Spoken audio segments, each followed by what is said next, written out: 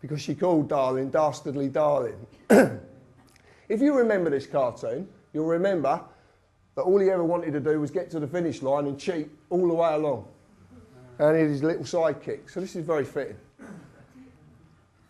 Politics is pertaining to policy, the administration of a government. And policy, as you can see, is a government or a political party. A corporation can have policy. It's a written contract or a certificate of insurance. The Acts of Parliament become statutes, primary legislation. They are enacted under statutory instruments which are secondary legislation. The prime example is council tax. The council tax is a local government finance tax, the 1st of April 1993, and this came in under this act here, the Local Government Finance Act, that's called the 1992 Act for short. But when you look at a statutory instrument, it's actually a created written legal contract. It's not law. There's no way in any of the definitions that I've looked at I can find it says it's law. Because it's not. It's basically a contract. And this is very crucial. Society is the socially dominant members of any community. Human beings live in communities. And what they decided to do was destroy that by putting an ism on the end of it, which is what they did. But we basically live in a community. A society is the socially dominant members of that community. And do you believe that we have a socially dominant member of our community who are trying to control everybody else? Because that's basically what we've got. That's worldwide. When you hear about New World Order and you hear about all this stuff and the enlightened ones who, I don't know, got light bulbs shoved up their arse or whatever they've got. Basically what they are these, the socially dominant. They want to maintain their social dominance, and the only way they can maintain it is by keeping you lot enslaved. Did you know at this moment in time, 53% of your earnings is paid in some form of tax? Did you know that? 53%. The society is also a number of persons united together by mutual consent. And they deliberate and determine and act jointly for some common purpose. Now, some people know this word, because my friend Brian Gerrish is doing some amazing stuff with these. But anyway, this is what they basically do, a society. Now, a contract is an agreement between two or more persons that creates or modifies an existing relationship. There has to be offer and consideration and acceptance for it to exist. In Roman times, a handshake was considered enough to have entered into contract. Thus, you get the saying, you shake on it. A gentleman's agreement, I believe they call it.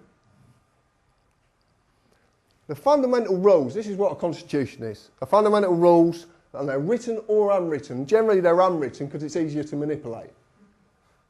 That establishes the character of a government by defining the basic principles that society must conform to. You were not given a choice if you wanted to join the society, because it was done at a time when you couldn't express a choice. But you were joined. When we define a statute, we find it's a legislative rule of society given the force of law by the consent of the governed. That means it's not law. Because nowhere in that definition does it say it's law. It actually says it's given the force of law. There's a big difference, a massive difference. Because it only becomes a force of law when you consent to it. That means it applies to you when you say yes.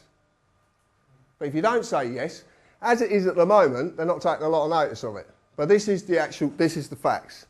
It comes from the neuter of Latin, and it's got a word that it comes from, is status. And does this world revolve around this word? Because it does. My world did. My whole world revolved around status. I wanted a better car than my next door neighbour. I wanted a better house. I wanted more money. And I wanted better this, bigger that, and I wanted more control. That's status. But status is a legal character or condition of a person or a thing. Now, I don't know if you know, but when you go back, right back, and you look at the Roman civilis law, you find that things were slaves. That's what we were classed as. In the 1200s, we were classed as things. But they couldn't contain us because human beings naturally evolve. So they had to evolve the slavery. This is where the person comes into it. By its own definition, you can see it is not law. It is only policy. There's a big difference between law and policy. There is a massive difference between legal and lawful. Massive difference. The United Kingdom is a corporation. Now, since doing my Stoke talk, I've had a lot of people attack me over this because they're saying they can't find it on Company's House, they can't find it. But who owns Company's House?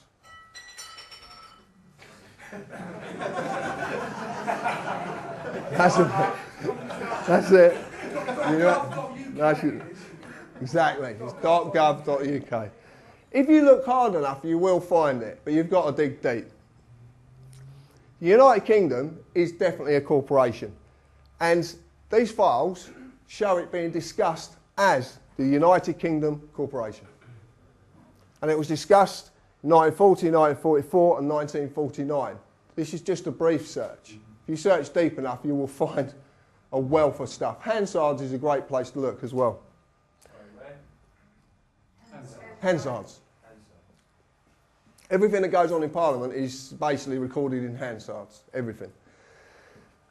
The United Kingdom as a corporation, actually, when I'd done a bit of digging about, I found that up till February the 2nd, February last year, it was actually known as United Kingdom PLC. And then that was dissolved. They've never published the accounts, and you can actually find that on Company's House. And then it became this. I've got a funny feeling, though, it's changed again. But I'm not 100% sure. We've got a funny feeling it's gone to UK PLC. But they changed basically just before they have to publish their accounts. It's I don't know, I only found this out a little while ago. I presume there's some businessmen in the audience. But it turns out with these limited companies that you can actually start a company, offset all the tax and all the liabilities onto the new company, and then fold it. Yeah. So this is basically what's going on. It's very interesting. Yeah, I can give it you. There will be a copy of it coming out very soon. The United Kingdom has employees. As a corporation, it has employees. And I'm one of them employees, or I was. I'm not anymore. It's not just civil servants, it's all of us. Anyone who has a national insurance number is an employee of the United Kingdom Corporation. Company policy of this corporation requires me as an employee to pay tax. And I have to abide by all the legislative rules of this corporation. In this case, they're statutes.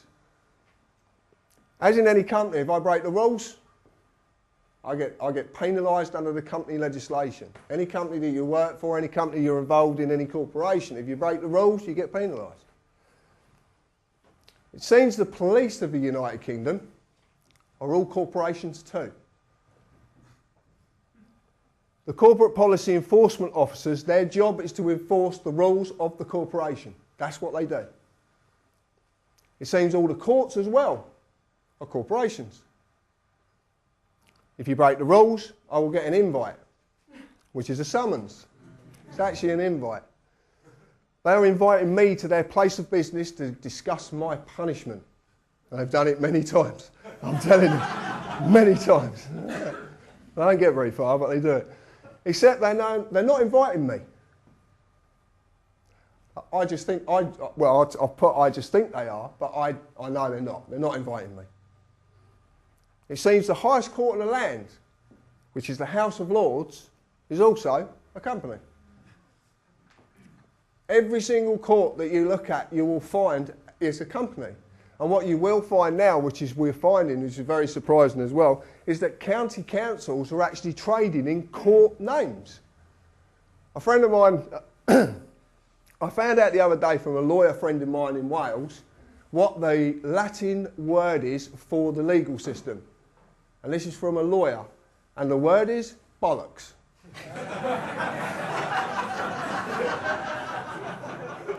And that's from a lawyer. And he's a statute lawyer. He's a statute lawyer. He's very annoyed at me because he says from 1996 he's basically wasted his life. But he's a good friend. But the House of Lords is a company. Right. Right, a company and a corporation are basically one and the same. The only difference is that a corporation will have a hierarchy that will basically say, this is the policy of this company and you have to adhere to it. Generally, a company, like I had a company, I traded in the name of John J. Harris Carpentry, I didn't have any rules, basically. Quite simple, that was it. You know. But a company... Eh? Rulers, yeah, basically. What it is, a corporation will say to you, X, Y, and Z, you have to adhere to it, but I'm not adhered to it. You just do, you know, you do as you're told. Basically slavery, that's basically what it is. This is very important, okay? This is very, very important. This gentleman here, this gentleman, is how I remember the police, okay? No. I do remember him like this, I do, because I've got a lot of friends still in the police force.